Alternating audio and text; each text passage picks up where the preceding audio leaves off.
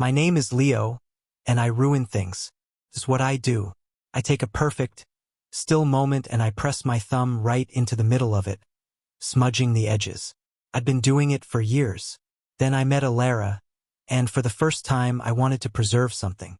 It happened in the hushed, honey-lit silence of a private library. I was there to photograph first editions for a donor portfolio. She was the archivist, the keeper of this place. I saw her first from behind, a silhouette against a leaded glass window. Her dark hair swept up in a way that revealed the elegant, vulnerable line of her neck.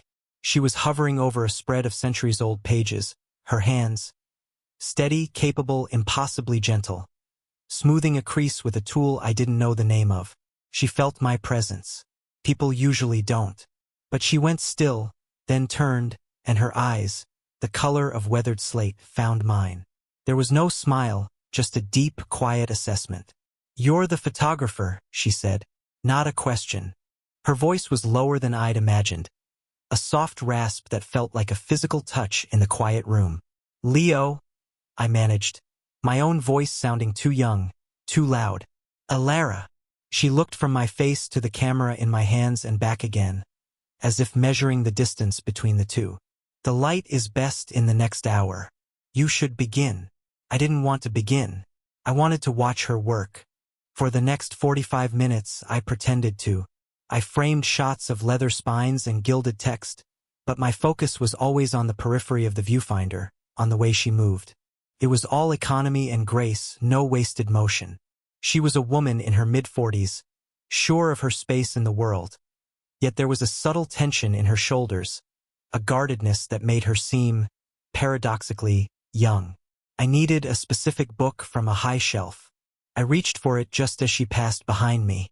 There was no room. The space between the shelves was a breath. The back of my hand, the one not reaching up, brushed against the soft wool of her cardigan. It was the briefest contact, static and warmth. We both froze. My heart was a frantic drum against my ribs. I could feel the faint, clean scent of her, linen and old paper and something green, like rosemary. I didn't pull my hand away. Couldn't. I just stood there, my arms stretched above me, the back of my hand resting against the soft wool over her arm. She didn't move either. I heard her breath catch, a tiny, fractured sound in the silence. I slowly lowered my arm, turning to face her. The space was so narrow our shoes almost touched. Her gaze was locked on my collar, her lips slightly parted. A faint flush crept up her throat. I saw the battle in her eyes, the professional distance warring with a sudden, shocking awareness. Her hand, the one that had been so steady with the ancient paper, trembled slightly at her side. She lifted her eyes to mine. The air vanished. The books, the reason we were both here, it all melted away. There was only the charged silence and the few inches of impossible space between us. And then, the sharp, intrusive buzz of the library's front door intercom shattered the moment completely. The intercom's buzz snapped the world back into place. Elara took a sharp step back, her professional mask slamming down so fast I could almost hear it click. "That will be the courier," she said, her voice carefully even as she turned away, the line of her shoulders rigid. I was left standing there, my hand still tingling from the ghost of her touch. We didn't speak of it. For the next 2 days, we orbited each other in the quiet library. I learned her rhythms, the way she'd tuck a stray piece of hair behind her ear when concentrating, the small, almost silent sigh she'd make when a repair was complete. I was a photographer. Noticing was my job. But this was different. This was an obsession. I was cataloging the landscape of her, a woman who carried a quiet history of her own. I found out she was divorced. A single, offhand comment about when I was married that she immediately sealed off, like a page glued shut in a book. I understood that kind of guarding. My last relationship had ended because I was too intense. My longing mistaken for obsession. I was used to being too much. With Elara, my intensity found a strange, quiet counterpart. She was a fortress, and I was just looking for a way in not to conquer but to simply exist within her walls. The age gap was a chasm we both pretended not to see. I felt it in the way she'd sometimes look at me, a flicker of something like sadness in her eyes, as if I was a season she'd already lived through. She was established, a pillar. I was still building my foundations, my future a collection of maybes. On the third day, I was balancing on a small ladder, trying to adjust a stubborn spotlight. She came up behind me to examine a shelf. "It's crooked," she said, her voice close. I glanced down. She was looking up at me, her head tilted. The light from the window caught the silver threads in her dark hair. "The light or me?" I asked, my voice softer than I intended. A faint, almost imperceptible smile touched her lips. "The light, Leo." I fumbled with the clamp, my fingers suddenly clumsy. The heavy light slipped, tilting dangerously. In a flash, her hand was on my calf, steadying me. Her grip was firm, her palm warm through the denim of my jeans. The contact was electric. I froze, my breath catching. Her hand didn't immediately leave. I could feel the pressure of each of her fingers, a brand against my skin. She was holding me there, anchored. The air grew thick, charged with everything we hadn't said. Then, slowly, her grip loosened. But her hand lingered for a heartbeat longer than necessary, a silent confession in the quiet room, before she finally pulled away, leaving only the phantom heat of her touch. The day after her hand on my calf, the air in the library was different, thicker. Every glance was a sentence, every silence a conversation. I was showing her the photographs on my camera's display, our shoulders brushing as we leaned over the small screen. Her scent, that clean paper and rosemary scent, was all I could breathe. "This one," she whispered, her finger hovering near the screen, not touching it. It was a shot of a repaired book spine, the new leather seamlessly meeting the old. "You captured the patience in it." My throat was tight. It's easy when the subject is beautiful. I wasn't looking at the photo. I was looking at her. She knew. Her eyes lifted to mine, and the space between our faces seemed to shrink, pulled taut by an invisible thread. Her gaze dropped to my mouth. My heart hammered against my ribs, a frantic, hopeful drum. I leaned in just a fraction. An unspoken question. The library's heavy front door creaked open. We sprang apart like guilty teenagers. A colleague of hers, a woman with a bright, loud voice, bustled in, talking about a misplaced shipment. Elara's posture was ramrod straight, a flush high on her cheeks. She engaged with her colleague, her voice a study in forced normalcy, but her hands were clasped tightly in front of her, knuckles white. The moment the woman left, the silence rushed back in, heavy with what had almost happened. "Leo," she began, her voice strained. I'm too old for what?" I challenged softly, taking a step closer. "For wanting something? For this kind of complication." She wrapped her arms around herself, a defensive gesture I'd come to recognize. "People will talk. They'll say I'm foolish. Or you are. I don't care what people say. You should," she insisted, her eyes full of a conflict that mirrored the war in my own chest. "I have a life here, a reputation. You have your whole life ahead of you. This is a detour for you. You have no idea what you are to me," I said, the words raw, too honest. A storm of emotions crossed her face. Fear, longing, a deep, resonant shame. She took a step back, toward the door of her small restoration lab. A retreat. But then she stopped. Her shoulders slumped in surrender. She didn't turn around. She just stood there, her back to me, and after a long, breathless moment, she let one hand fall to her side, her fingers uncurling in a silent, unmistakable invitation. I crossed the room, my footsteps silent on the worn rug. I didn't touch her. I just stepped into the lab behind her, so close I could feel the warmth radiating from her body, the ghost of our almost kiss hanging in the air between us. The door clicked shut. Sealing us in the small, cluttered restoration lab. The only light came from a single lamp, casting long, dancing shadows from the tools and brushes on her workbench. The air smelled of leather glue and the faint, sharp scent of her anxiety. She didn't turn around. Her back was still to me, her head bowed. I can't do this, Leo. Her voice was a broken whisper. Why? I asked, my own voice low, barely more than a breath. I was close enough that the words stirred the fine hairs at the nape of her neck. I saw a shiver rack her frame. Because I'll ruin it, she said, the confession torn from her. I ruin good things. It's what I do. And you are so good. It was the same thing I'd thought about myself the day I met her. The recognition was a physical ache.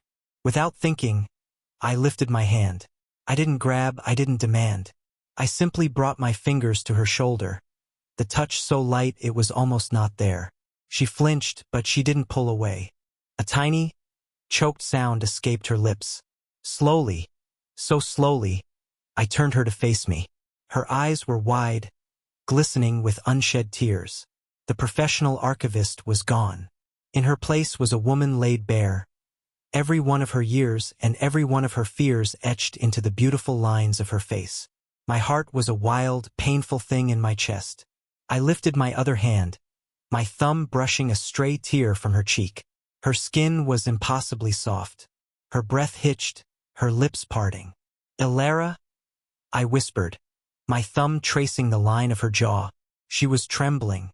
Her hands came up, not to push me away, but to clutch at the front of my shirt, her knuckles white, anchoring herself to me. Her gaze dropped to my mouth, and the longing in it was so raw it stole the air from my lungs. I leaned in, closing the last inch of space. I could feel the warmth of her breath on my lips, could almost taste the salt of her tears. Our lips were a hair's breadth apart. The world had narrowed to this single, suspended point of anticipation. The will we or won't we was over. We were going to. It was inevitable. And then her eyes, dark and desperate, found mine. Her grip on my shirt tightened. Wait, she breathed. The word a fragile, breaking thing against my mouth.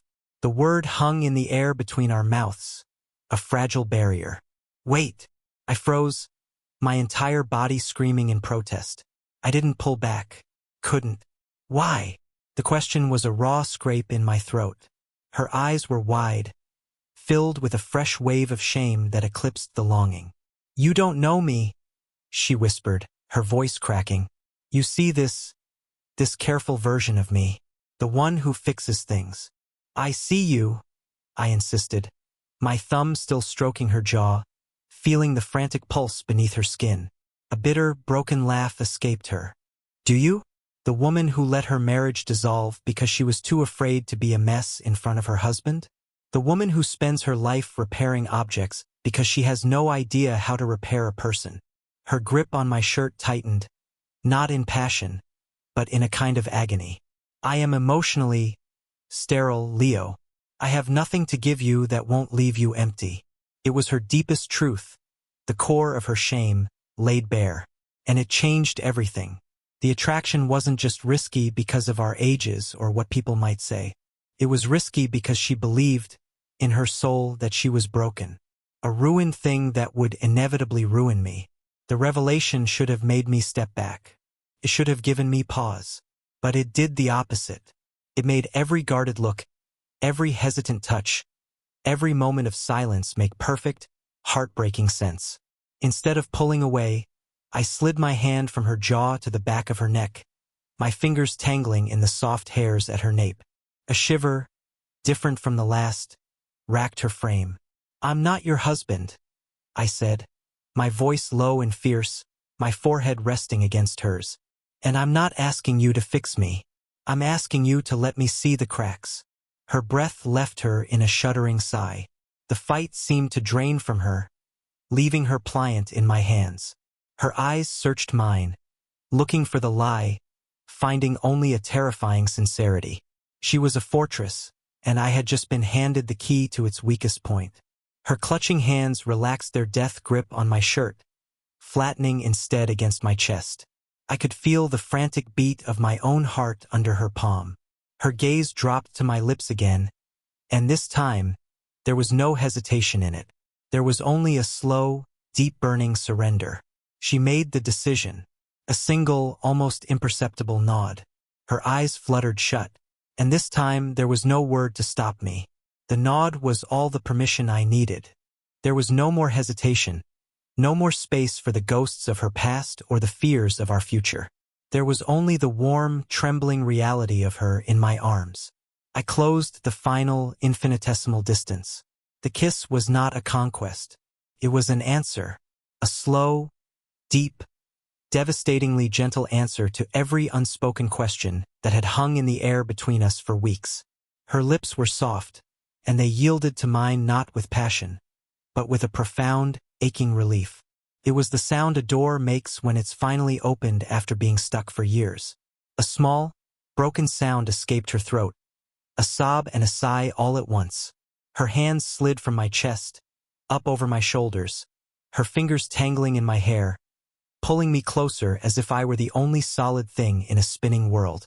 I could feel the fine tremor that ran through her entire body, the last vestiges of her resistance melting away under the patient pressure of my mouth. I poured everything into that kiss. All the longing, all the quiet observations, the certainty that had grown in me like a secret. I showed her she wasn't sterile, wasn't broken. I showed her she was a living, breathing, feeling woman, and that I saw every beautiful, flawed, and perfect part of her. When we finally broke apart, we were both breathless. Our foreheads rested together, our ragged breaths mingling in the quiet room. Her eyes were still closed, tears clinging to her dark lashes. She slowly opened them, and the woman looking back at me was new. The guarded wall was gone, replaced by a raw, breathtaking vulnerability. The shame had been burned away, leaving only a clear, startling truth in its wake. We didn't speak. Words would have been clumsy, unnecessary things. We just stood there, wrapped in each other, the silent understanding settling around us like dust motes in the lamplight. She saw the depth of my feeling, and I saw the depth of her surrender. The conflict was over. The choice was made. We had crossed a line from which there was no return, and in the quiet aftermath, the only thing left was the terrifying, exhilarating truth of what we had begun. We didn't leave the lab for a long time. We just stood there, in the center of that small, messy room, holding each other. Not with the frantic desperation of before, but with a quiet, settled certainty. Her head was tucked under my chin, her ear pressed against my thumping heart. I could feel the steady weight of her against me, her breathing finally slow and deep. "People will still talk," she murmured into my shirt, her voice muffled but no longer laced with fear. "Let them," I said, my lips brushing against her hair. It was the simplest truth I'd ever known. She pulled back just enough to look up at me, her hands resting on my shoulders. The lines of worry around her eyes had softened. "I'm still me, Leo. I'll still get scared. I'll still try to push you away. And I'll still be here," I promised, my thumb stroking her cheek, pushing right back. A real, unguarded smile touched her lips then, transforming her entire face. It was a sight more breathtaking than any kiss. It was a future. We didn't make grand plans. We didn't define what we were. We simply moved to the old, worn sofa tucked in the corner, sitting side by side in the dim light. I took her hand, lacing my fingers through hers, feeling the delicate bones and the surprising strength. She leaned her head on my shoulder, and I rested my cheek against her hair. The age gap, once a chasm I was desperate to cross, now felt irrelevant. It was just another part of her story, and I wanted to read every page. Outside, the world went on with its noise and its judgments. But in here, there was only the sound of our breathing, the warmth of our joined hands, and the profound, peaceful silence of two people who had finally come home. Did you enjoy the story? What kind of stories would you like to hear next?